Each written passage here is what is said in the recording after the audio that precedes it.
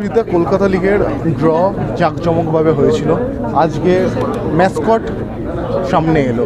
আইএফের যে এই উদ্যোগ লিগকে আরও জমজমাট করার, একজন ক্রীড়াপ্রেমী মানুষ প্রথমে ধন্যবাদ জানাবো আইএফএকে।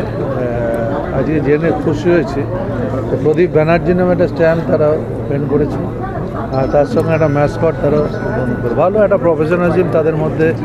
কলকাতা লিগ তো দেখো পুরনো লিগ, আর কলকাতা লিগ একটা সময় আমি চুটিয়ে দেখতাম, তখন 24টা লিগের খেলা ছোটো, তখন 80-র দশক ফসল বলছি, 80-র দশকের প্রথমের দিক একটা লিগের খেলা মিস করতাম। আজকে কলকাতা লিগ ভালো, আবার মাঝখানে একটু ভাটা পড়েছিল, আবার আইএফএ চেষ্টা করছে, আর আমার শুভেচ্ছা রইল।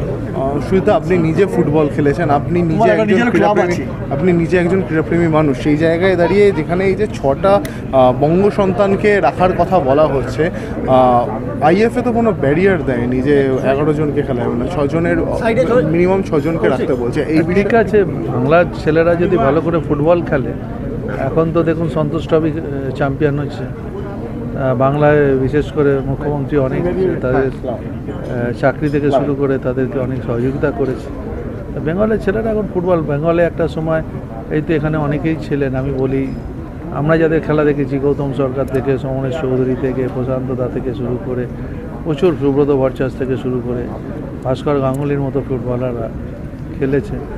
এখনও আমি বলছি তারপরের জেনারেশনও কিষাণ বিকাশ ওরাও খেলেছে, এখনও আমাদের মধ্যে অনেক প্রতিভাবান খেলোয়াড় আছে। আমি চাই ভালো করে ফুটবল খেলুক, ফুটবলটা যেন খেলার মতো খেলে।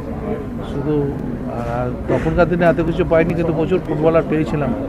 তা আমার মনে হয় বাংলাতেও প্রচুর ট্যালেন্ট আছে, তারা ভালো করে ফুটবল খেলে, যে সুযোগ সুবিধাগুলো আছে সেগুলো গ্রহণ করে।